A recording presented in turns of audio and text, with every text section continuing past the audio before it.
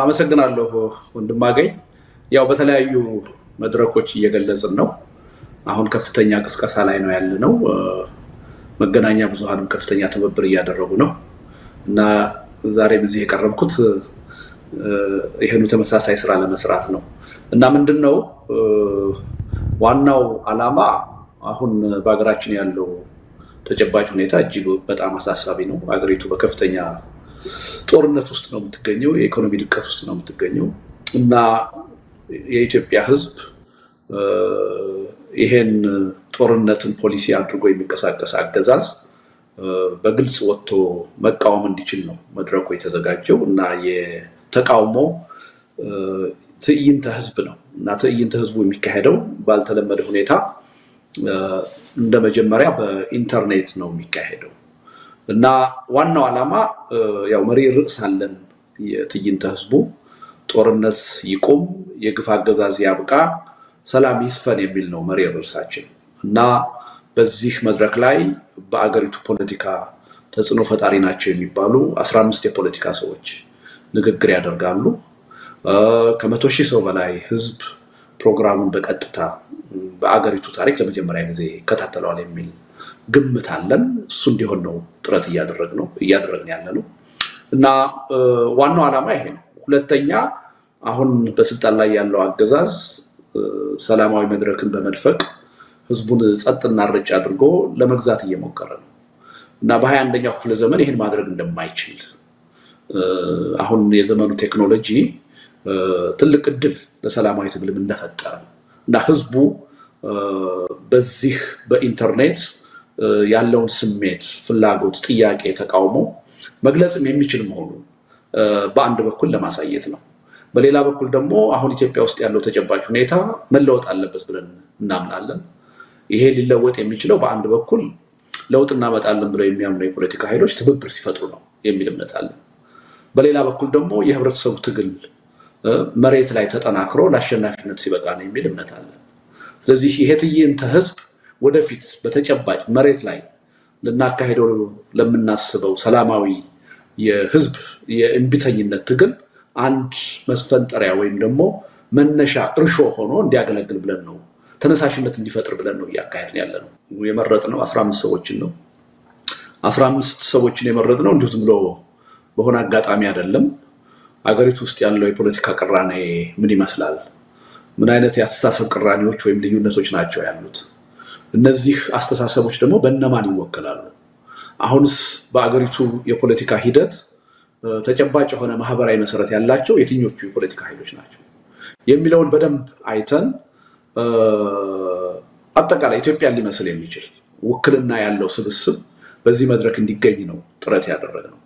እና ከነዚህ 15 ሰዎች መካከል 6ቱ አገር ቤት የሚገኙና አሁን በጎላ ሁኔታ የፖለቲካ ትግል እያደረጉ ያሉ ፓርቲዎች አመራሮች ናቸው። ምናልባት በግለሰብ ደረጃ ተጽዕኖ ፈጣሪ ነው ብለን አንድ የመረጥነውና የጠየቅነው ፈቃደኝነቱንም የገለጸልን ሰው ነበረ፣ አቶ ታዬ ደንዳ። እሱ ሰሞኑን ስለታሰረ እንግዲህ ጎሎብናል ማለት ነው። ሌሎቹ አረጋግጠዋል በስብሰባው ላይ ወይም ደግሞ በዝግጅቱ ላይ እንደሚገኙ። ከዛ ውጪ በውጭ ሀገር የሚገኙ አሉ፣ በትጥቅ ትግል እንቅስቃሴ የሚያደርጉ አሉ። እነዚህ ሁሉ በተሰጣቸው ርዕስ ላይ ያላቸውን አቋም መጥተው ለኢትዮጵያ ሕዝብ እንዲገልጹ እድል ለመፍጠር ነው ጥረት እያደረግን ያለነው እና ለምሳሌ በኢትዮጵያ ፖለቲካ አሁን ዋና ተዋናኝ የሆኑት ለምሳሌ ኦላ፣ ፋኖ፣ ህውሃት እነዚህ እንዲወከሉ ለማድረግ ጥረት አድርገናል። ተወካዮችም ይገኛሉ የሚል እምነት አለ። አንዳንዶች ደግሞ የፓርቲን ተሳትፎ ኖሯቸው ወይም ሳይኖራቸው ከፍተኛ የሆነ የፖለቲካ ተሰሚነትና ተጽዕኖ ፈጣሪ የምንላቸው ለምሳሌ እንደነ አቶ ጀዋር እንደነ አቶ ገዱ አንዳርጋቸው አይነት ሰዎችም ተጋብዘዋል። በዝግጅቱም ላይ እንደሚገኙ አረጋግጠዋል። ከዛ ውጪ አሁን በኢትዮጵያ ፖለቲካ በጣም ተገፍተው ያሉ አካባቢዎች አሉ። ለምሳሌ ደቡብ ክልል፣ አፋር፣ ሶማሌ ክልል፣ ጋምቤላ የመሳሰሉ አሉ። እነሱም ደግሞ በዚህ መድረክ በተቻለ መጠን እንዲወከሉ ለማድረግ ሞክረናል እና በተቻለን መጠን በጣም አስቸጋሪ ስራ ቢሆንም ኢትዮጵያን የሚመስል ኢትዮጵያ ውስጥ ያሉ ቅራኔዎችና የፖለቲካ የኃይል አሰላለፎችን ሊወክል የሚችል ስብስብ እንዲኖር ነው ያደረግነው እና ፒውርሊ የፖለቲካ ሰዎች ናቸው በዚህ መድረክ የሚገኙት ሌሎች መድረኮች በተከታታይ ወደፊት እናለን በሌሎች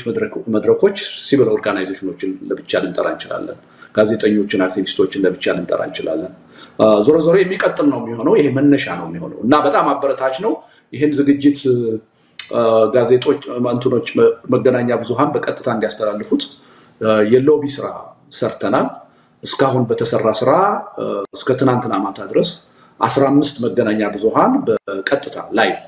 እንደሚያስተላልፉት ቃል ገብተውልናል እኛ እንኳን ታርጌታችን 10 ካገኘን በቂ ነው የሚል ነበር ግን አሁን 15 ደርሷል እና እውነቱን ለመናገር ያው የጋበዝናቸውን አካላትን በተወሰነ ደረጃ ይፋ ካደረግን በኋላ ብዙ ጥያቄዎች መተውልናል ቅሬታዎች መተዋል እኛ ለምን አልተጋበዝንም የሚል ግን ያው መቼስ አንድ መድረክ ሲዘጋጅ የጊዜ ውስንነት አለ ሁሉንም በአንድ ጊዜ ማስተናገድ አንችልም በዛ ደረጃ ቅሬታ የተፈጠረባቸው አካሎች አሉ ቅሬታቸው ተገቢ ነው የሚል እምነት አለን ለዛም ይቅርታ ጠይቀናል ወደፊት የሚስተናገዱበት መድረክ እንፈጥራለን የሚል እምነት አለን እና አሁን የቀረው ምንድነው የጋዜጠኞቹ ተሳትፎ አይሚን የመገናኛ ብዙሃን ተሳትፎ ከምን ገምተው በላይ ተገኝቷል በመድረኩ ላይ ተገኝተው ንግግር እንዲያደርጉ የፈለግናቸው ሰዎች ኦልሞስት ከሁለት ሰዎች በስተቀር ኮንፈርሜሽን ሰጥተውናል አንድ ሰው ያው ቅድም እንዳልኩት ስለታሰረ አይገኝም ይሄም ውጤታማ ነው ከጠበቅነው በላይ ማለት ይቻላል ምናልባት ሁለቱም ሰዎች በዚህ በመጪዎቹ 2 ቀናት ማረጋገጫ ይሰጡናል ይገኛሉ የሚል እምነት አለን ጥረት ያደረግን ነው አሁንም ማለት ነው ስለዚህ አሁን የመጨረሻ የቀረው ነገር ምንድነው የህዝቡ ተሳትፎ እና ህዝቡ ድፍረት ነው ያሳየነው ከ100,000 ሰው በላይ ላይቭ በቀጥታ ሊከታተለው ይገባል ብለን ድፍረት ነው ያሳየነው ግን ያለ ምክንያት አይደለም የደፈርነው ኢትዮጵያ ያለችበት ሁኔታ እጅግ አሳሳቢ ነው እና ደግሞ ጉዳዩን በቀጥታ አሁን መከታተል ትልቅ ዋጋ የሚያስከፍል ነገር አይደለም ቀላል ነገር ነው እና ኢትዮጵያ ካለችበት ችግር አንፃር ያንዳንዱ ዜጋ ይሄን ኃላፊነቱን መወጣት አለበት ይወጣል የሚል ተስፋ አድርገን እና ደግሞ መገናኛ ብዙሃን ቅስቀሳ አድርገው ይሄን ነገር ለማሳካት የራሳቸውን ሚና ይጫወታሉ የሚል እምነት ኖሮን ነው እና አጀንዳው ታላቅ ነው እና ህብረተሰቡ ይሄን ተረድቶ የእያንዳንዱ ሰው ድምጽ እንደሚቆጠር አውቆ በእለቱ በሌላ ሚዲያ ሳይሆን በዩቲዩብ እና በራምብል ብቻ ዝግጅቱን ላይቭ እንዲከታተል ጥሪ ያቀረብን ነው ያለነው ስለዚህ ከዛ በኋላ በሚሊዮን የሚቆጠር ህዝብ ዝግጅቱን ሊያዩ ይችላል በተለያየ ሚዲያ ዋናው ታርጌታችን ግን ላይቭ በኢትዮጵያ ታሪክ ለመጀመሪያ ጊዜ ላይቭ ከ100,000 ሰው በላይ እንዲያዩ ነው እና ተስፋ ሰጪ ሆኖ ነው በእውነት ያገኘነው እዚህ ላይ ነው ያለነው በትግል ውስጥ ያሉ ሰዎች ናቸው ይሄን ዋጋ መክፈል አለባቸው ችግርም ከመጣ በያምናለው መብታቸው ነው ሰላማዊ ታጋዮች ናቸው በመድረኩም ተገኝተው ሊያንጸባርቁ የሚችሉት ከሰላምና ከህግ ውጭ የሆነ ነገር ነው የሚል እምነት የለኝም እና ቢጠቀስ ችግር አለው ማለት አይደለም ግን የቀረው ቀን ቀላል ነው እንትን አጭር ጊዜ ነው ጊዜውን መጠበቁ የሚቻል ይመስለኛል ግን ምንድነው ወንድም አገኝ አሁን ቅድም ያነሳው ነገር አለ ሳምሶናይት ፓርቲ ያልካቸው አለ የመረጥናቸው አንዱ የጎላ ተሳትፎ ያላቸው እነማን ናቸው ብለን እና የጋበዝናቸው ቅድም እንዳልኩት 6 ሰዎች ናቸው 6ቱም ሰዎች በጣም የጎላ ሚና ያደረጉ ያሉ ፓርቲዎች ውስጥ አመራር የሆኑ ሰዎች ነው ስለዚህ የሚገርመው ደግሞ ሁሉም ማረጋገጫ ሰጥተዋል በዚህ ጉዳይ ላይ በዚህ መድረክ ቀርበው ለኢትዮጵያ ህዝብ በጉዳይ በተሰጣቸው ርዕሰ ጉዳይ ላይ ያላቸውን አቋም ለማካፈል ፈቃደኛ ሆነዋል እና መሆንም አለባቸው በያምናለሁ የትግል ጉዳይ ነው ስለዚህ መብታቸው ነው ይሄን ማድረግ ህገወጥ ነገር አይደለም ከሰላም ጋር የሚጻረው ነገር አይደለም በኢትዮጵያ ጉዳይ ለመምከር አቋማቸውን ለመግለጽ ነው የሚቀርቡት ስለዚህ ችግር አይኖርም ይያሉ ሳይሆን ችግር ቢመጣም መፍራት የለባቸውም ብዬ ነው ማምነው አቶ ታዬ እንዲህ አይነት ከስር ቤት ወጥቶ እንዲህ አይነት የትግል እንቅስቃሴ ሲያደርግ ችግር አይደርስብኝም ብሎ አይደለም ችግር እንደሚደርስበት በደንብ ጠንቅቆ አውቆ ነው አገዛዙን በደንብ ያውቀዋል ምን አይነት ጨካኝ አገዛዝ እንደሆነ እና በነገራችን ላይ ግብዣ ደብዳቤ ልከንለት ከኔ ጋራ በስልክ አውርተን ነበርና ምንም ችግር የለውም እገኛለሁ በመድረኩ ሐሳቤ እንደ ኢትዮጵያ ህዝብ አቀርባለሁ ግን ይሄ የሚሆነው ካልታሰርኩ ነው ነበር ያለኝ ነው ምን ነው ስለው ያው አንዳንድ ችግሮች አሉ ሊያስሩኝ ይችላሉ ሰሞኑን ብሎ እየጠበቀ ነበር እና ማንንም ኢትዮጵያ ውስጥ ተታገላለሁ የሚል የፖለቲካ ኃይል እና መሪ ችግር ሊመጣ እንደሚችል ማወቅ አለበት ምክንያቱም እየታገልን ያለ ነው ጨካኝ ከሆነ አገዛዝ ጋር ነው እና ስማቸው የሚጠቀስ ችግር አለው በሚል አይደለም ግን ያው በቅርቡ ስለምናይ መጠበቁ ጥሩ ነው የሚል ነውና በጣም ከምን ገምተው በላይ አንዱ የሚባሉት ሰዎች ሁሉ ለመሳተፍ ፈቃደኛ ሆነው ነው ያገኘናቸው በእውነት እና አክባሪ ይስጣቸው እርግጥ ነው አጀንዳው የራሳቸው አጀንዳ ነው እንመራዋለን እንታገልለታለን የሚሉት ህዝብ አጀንዳ ነው ይሄን ማድረጋቸው ምንም የማይጠበቅ ነገር ነው ሊባል አይችልም ግን ከኛ ካዘጋጆቹ ጋራ የተለያየ አመለካከት ልዩነት ሊኖራቸው ይችላል ቅራኔዎች ሊኖራቸው ይችላል ግን ያን ወደ ጎን አድርገው የተነሳው አጀንዳ የጋራ አጀንዳችን ነው የህዝባችን አጀንዳ ነው ብለው ለመገኘት ወስነዋልና በዚህ አጋጣሚ በጣም ነው አክብሮት ያለኝ ማመሰግነው ያው በዋናነት በመግለጫችንም እንደገለጽነው ትዕይንተ ህዝቡ ባገዛዙ የጦርነት አካሄድ ላይ የሚካሄድ የተቃውሞ ትዕይንተ ህዝብ ነው እና የተለመደ ላይሆን ይችላል ግን ምንድነው አንደኛ በኢንተርኔት ስለሆነ የሴኩሪቲ ችግር የለም የዲስታንስ ችግር የለም እና ጠቅላይ ሚኒስትሩም ሆኑ እሳቸው የሚወክሉት አካል ያቀረባችሁብኝ ያለው ክስ ተገቢ አይደለም የሚሉ ከሆነ ድፍረቱ ካላቸው ፈቃደኝነቱ ካላቸው እኛ ልንጋብዛቸው ይገባል ከነሱ የተሻለ ማንፈልገውንም ሐሳብ ለማዳመጥ ዝግጁ መሆናችንንም ማሳየት አለብን በሚል እምነት ጋብዘናቸዋል እና በጠቅላይ ሚኒስትር ቢሮ በኩል ኢሜል አድርገናል በአጋጣሚ ሆኖ የጠቅላይ ሚኒስትሩ ኢሜል የግል ኢሜላቸው ስለነበረኝ በኔ በኩልም ኢሜል አድርጌላቸዋል እና ኢሜሉ ደርሷል ይገኛሉ አይገኙም ሌላ ጉዳይ ነው ግምትህን ንገረኝ ካልከኝ ብዙም ይገኛሉ የሚል እምነት የለኝም ግን ደግሞ አንዳንድ ጊዜ ተገማች ያለ መሆን ባህሪ ስላላቸው ጠቅላይ ሚኒስትሩ ሊገኙ ይችላሉ ይሆናል እና ምናየው ነው የሚሆነው ማለት ነው የቀዳሚው ፕሮግራም ያው የተቃውሞ ትዕይንተ ህዝብ ነው ለዛ የተጋበዙ 15 የፖለቲካ ሰዎች በሰጠናቸው ርዕሰ ጉዳይ ላይ ርዕሰ ጉዳዩ የህዝብ ጥያቄ ነው የሚል እምነት አለ ሀገራችን ኢትዮጵያ አሁን ጦርነት ቆሞ አገዛዝ አክትሞ ዘላቂ ሰላም ሊሰፍንባት የሚችለው እንዴት ነው በሚለው ጥያቄ ላይ ያላቸውን አቋም እንዲያቀርቡ ነው ጥያቄ ያቀርባሉ በዛ ርዕሰ ጉዳይ ላይ ነው ንግግር የሚያደርጉት ስለዚህ የሚናገሩትን ንግግር ማናችንም አስቀድመን መገመት አንችልም በመድረኩ ላይ ሲናገሩ ነው ሁላችንም የምንሰማው ማለት ነው ከዛ ተነስተን ኋላ የየራሳችንን አስተያየት ልንሰጥ እንችላለን አሉታዊ ይሁን አዎንታዊ ነገር ግን የቀዳሚው አጀንዳ እነሱ በዚህ መሰረታዊና ወቅታዊ ጥያቄ ላይ ያላቸውን አቋም ግልጽ እንዲያደርጉ እድል መፍጠር ነው ምን ማለት ነው ይሄ ለምሳሌ ከ15ቱ የፖለቲካ ኃይሎች መካከል ስንቶቹ ተቀራራቢ አመለካከት አላቸው ስንቶቹ የተለየ አቋም አላቸው የሚለውን ለመለየት ይረዳናል ማለት ነው ከዛ በኋላ የጋራ በሚባሉት ጉዳዮች ላይ የተስማሙት ተባብረው የኢትዮጵያን ህዝብ ትግል ማስተባበርና ማጠናከር አይችሉም ለምንድን ነው አብረው የማይሰሩት የሚለውን አጀንዳ ደግሞ ይዘን ምን ቀርብ ይሆናል ግን ያ አጀንዳ አሁን የሚቀርብ አይደለም ስለዚህ ምናልባት አንዳንድ ጊዜ በተሳሳተ መንገድ ነገ ቅዳሜ የሚቀርቡ 15 የፖለቲካ ኃይሎች ትብብር የፈጠሩ አድርጎ የሚያይም ሰው ሊኖር ይችላል ያ ስህተት ነው ትብብር እንዲፈጠሩ ወደፊት እንፈልጋለን በኢትዮጵያ ጉዳይ ሚኒመም በሚባል የጋራ አጀንዳ ግን የቀዳሚው አጀንዳ ከዚህ ጋር የተያያዘ አይደለም እና ወንድማገኝ እንደምታውቀው ይሄን እንቅስቃሴ ከጀመርን የአብሮነት ኢትዮጵያ ቆይተናል ከ6 ወራት በፊት ሁለት መድረኮችን አዘጋጅተን ነበር የአጀንዳ ልየታ አድርገናል 12 የፓርቲ መሪዎችን ሁሉ አነጋግረን አቅርበን በተመሳሳይ ውይይት የጋራ የሚሏቸውን አጀንዳዎች ለይተው አንጥረው እንዲያወጡ ሁሉ ማድረግ ችለናል እና ቀደም ብሎ የተጀመረ ስራ ነው ወደፊትም ይቀጥላል እና የኛ ስብስብ ምንድነው በአንድ በኩል የኢትዮጵያን ህዝብ ትግል እንመራለን የሚሉ ኃይሎች የጋራ በሚሉት አጀንዳ በተለይ በህልውና ጉዳይ ተባብረው መስራት አለባቸው ብለን እናምናለን እነሱ ተባብረው ካልሰሩ የኢትዮጵያ ነባራዊ ሁኔታ ይቀየራል የሚል እምነት የለንም የኢትዮጵያ ህዝብ ትግል ተጠናክሮ ለአሸናፊነት ይበቃል የሚል እምነት የለንም ስለዚህ መተባበር የምርጫ ጉዳይ ሳይሆን ግዴታ ነው የሚል እምነት ነው ያለን ስለዚህ በዚህ ረገድ አስፈላጊውን እገዛ ጥረት ሁሉ እናደርጋለን በሌላ በኩል ደግሞ ህዝቡ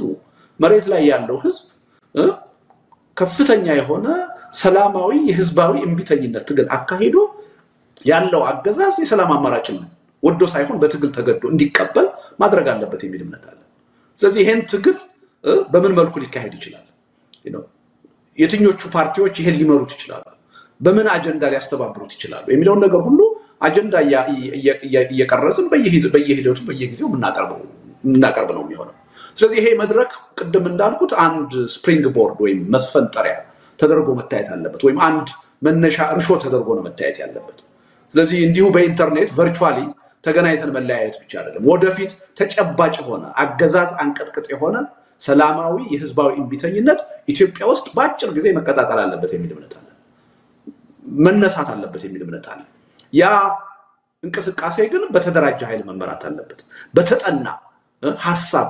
እና ዝግጅት መመራት አለበት ብለን እናምናለን ምክንያቱም ህዝቡ ትግል አድርጎ መስዋዕትነት ከፍሎ እንዳለፉት ግዚያቶች ትግሉ የሚጠለፍበት ሁኔታ ትግሉ የሚጨናገፍበት ሁኔታ መኖር የለበትም ስለዚህ ህዝቡ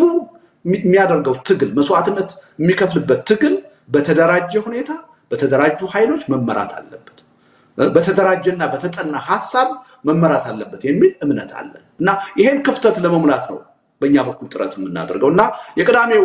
መድረክ እጅግ ወቅታዊ ጠቃሚ መድረክ ነውና ሁሉም ህብረተሰብ የዚህን መድረክ ጠቀሜታ ተገንዝቦ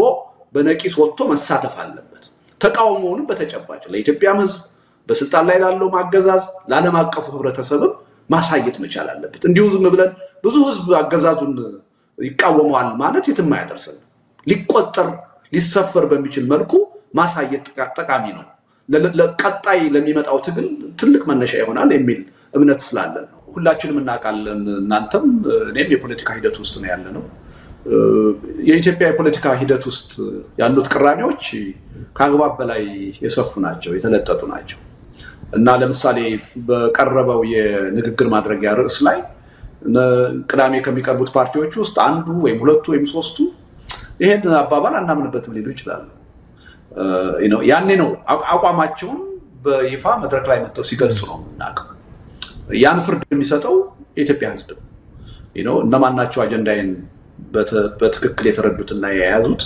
እነማናቸው አስተባብረው ሊመሩኝ የሚችሉት የሚለው ነገር ሁሉ የሚለይበት መድረክ ሊሆን ይችላል ማለት ነው ስለዚህ እኛ የጠራነው አሁን እነዚህ የሚቀርቡ የፖለቲካ ሰዎች ያቀረብነውን አጀንዳ ይደግፋሉ ብለን ማምነን አይደለም ይደግፋሉ አይደግፉም የሚለው የሚታየው ቀርበው ሲናገሩ አቋማቸውን ሲገልጹ ነው እና እኛ ያቀረብናቸው በኢትዮጵያ የፖለቲካ ሂደት ተጽዕኖ ፈጣሪ ናቸው ወደርንም ጠላንም ቀላል የማይባል የራሳቸው ማህበራዊ መሰረት አላቸው ስለዚህ የኢትዮጵያን የወደፊት ችግር ለመፍታት ስንፈልግ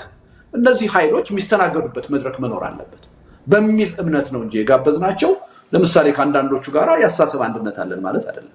የስልት አንድነት አለን ማለት አይደለም በሂደትም አስቸጋሪ ነገሮች ሊኖሩ ይችላሉ ግን በአብዛኛው ኢትዮጵያ አሁን የህልውና አደጋ ውስጥ ነው ያለችው ስለዚህ በመካከላችን ያለ የሃይማኖት የብሔር የሪዮት ዓለም ልዩነት ቀዳሚ አጀንዳ አይደለም ዋናው በህልውና ተርፎ የመቀጠል ጉዳይ ነው ስለዚህ የጋራ የምንለው የህልውና ጥያቄ አለን በዚህ ጥያቄ ላይ ተባብረን ትግል ማድረግ አለብን የሚሉ ኃይሎች ግን ተባብረው መስራት አለባቸው የሚል እምነት አለ ስለዚህ እንዳው የሚጠቅምና የማይጠቅመውን ህብረተሰቡ የሚደግፈውና የማይደግፈው ለመለየትም መጀመሪያ መድረኮቹ ሲኖሩ ነው ሐሳባቸውን የሚገልጹበት መድረኮች ሲመቻቹ ነው የሚል እምነት አለ እና ሂደቱን በጋራ መከታተል መቻል አለብን ማን ምን አቋም አለው የሚለውን ሁሉ በአግባቡ ማየትና ኋላ መተንተን ያስፈልጋል የሚል እምነት አለ ከሁሉም በላይ ደግሞ የጉዳዩ ባለቤት የኢትዮጵያ ህዝብ ሂደቱን እየተከታተለ የራሱን ውሳኔና ምርጫ ይወስዳል ማለት ነው እና በእኛ በኩል በረጅም ጊዜ እቅድ ይዘን እየሰራን ያለው ጉዳይ ነው ግን ይሄ እውን ሊሆን የሚችለው ወደ ተግባር ሊለወጥ የሚችለው ውጤታማ ሊሆን የሚችለው በእኛ እንቅስቃሴ ብቻ አይደለም የሚዲያው ተሳትፎ በጣም አስፈላጊ ነው የአክቲቪስቶች ተሳትፎ በጣም አስፈላጊ ነው ሲቪክ ማህበራት የማይተካ ሚና አላቸው የፖለቲካ ኃይሎች ህዝቡ እንደ ህዝብ የነዚህ ሁሉ ድምር ውጤት ነው ትግሉን ሊያጠናክረው ለድል ሊያበቃው የሚችለው እና ሁላችንም ኃላፊነታችንን መወጣት አለብን አሁን ያለንበት ሁኔታ እንቅልፍ የሚነሳ ሁኔታ ነው ህዝባችንም አሁን ተስፋ ያጣበት ሁኔታ ነው ያለው ስለዚህ ቢያንስ ቅድም እንዳልኩት በጋራ አጀንዳችን ተባብረን ታግለን ህዝቡን እናታግለዋለን የሚል አዲስ ተስፋ በህዝባችን ውስጥ መፍጠር አለብን የሚል እምነት አለኝ እና ይሄ የግል የቡድን ቁርሾአችንን ለጊዜው ወደ ጎን አስቀምጠን የስልጣን ጥያቄን ወደ ጎን አስቀምጠን የኢኮኖሚ ጥያቄን ወደ ጎን አስቀምጠን የሀገር ህልውናን የህዝብ ህልውናን ጉዳይ የጋራ አጀንዳ አድርገን መንቀሳቀስ አለብን የሚል እምነት አለን እና ይሄ በእኔ እምነት እያንዳንዱን ኢትዮጵያዊ የሚመለከት አጀንዳ ነው የዚህ አጀንዳ ባለቤት ነኝ የሚል በተለየ ሁኔታ ማንንም ሊኖር አይችልም ይሄ አጀንዳ አይመለከተኝም የሚል ማንንም አካል ሊኖር አይችልም ግን ደግሞ ነፃነት የሚባል ነገር አለ ስለዚህ ምን ነዛ ፓርቲዎች ምን ሐሳብ ያቀርባሉ በዚህ ዙሪያ የሚለው እኔም እናንተም ሌላውም ህዝብ ቅዳሜ አብረን የምናየው ነው የሚሆነው መልካም አቶ ልደቷ እያሌው በዚህ ጉዳይ ቀርበ በሚስ ለሰጠው ማብራሪያ ከልብ እናመሰግናለን። እንግዲህ ቅዳሜም እንደ ሚዲያ እኛም በቀጥታ ስርጭት ይህንን ለመሸፈን ማንኛውንም ጥረት ለማድረግ እንሞክራለን። ለነበረን ጊዜ በተመልካች ስም ከልብ አመሰግናለሁ። በቀሩት አጀንዳዎች ላይ እኔና ጴጥሮስ እንቀጥላለን። አንተንና አሰናብተህ እግዚአብሔር ይስጥልን። ከልብ ነው በእውነት ጴጥሮስ ወንድማገኝ ኤምኤስ በአጠቃላይ ለተበብራችሁ ቅድም እንዳልኩት የእናንተም የኛም አጀንዳ ቢሆንም የጋራ አጀንዳ ቢሆንም ከልብ ነው የምናመሰግነው። አክባሪ ይስጥልን፣ እግዚአብሔር ይስጥልን። መልካም እንግዲህ የግፍ አገዛዝ ይብቃ፣ ጦርነት ይቁም፣ ሰላም ይስፈን የሚል ሁሉም ኢትዮጵያዊ አጀንዳ ነው። ይህንን አጀንዳ ለመስማትም በቀጣይ አቋም ለመያዝም ህዝባዊ እምቢተኝነትን ንቅናቄ ለመፍጠር ይረዳልና ቅዳሜ በተባለው ሰዓት እንግዲህ በኢንተርኔት ላይ በሚደረገው ታላቅ የተቃውሞ ትዕይንተ ህዝብ እንድትገኙ አቶ ልደቱም ጥሪ አቅርቧል። ብዙ መገናኛ ብዙሃን በውጭ የሚገኙ ይህንን በቀጥታ ስርጭት ያስተላልፋሉ። የኤምኤስ ቤተሰቦችም እንድትከታተሉ ከወዲሁ በአክብሮት እንጋብዛለን። አቶ ልደት እግዚአብሔር ይስጥልን።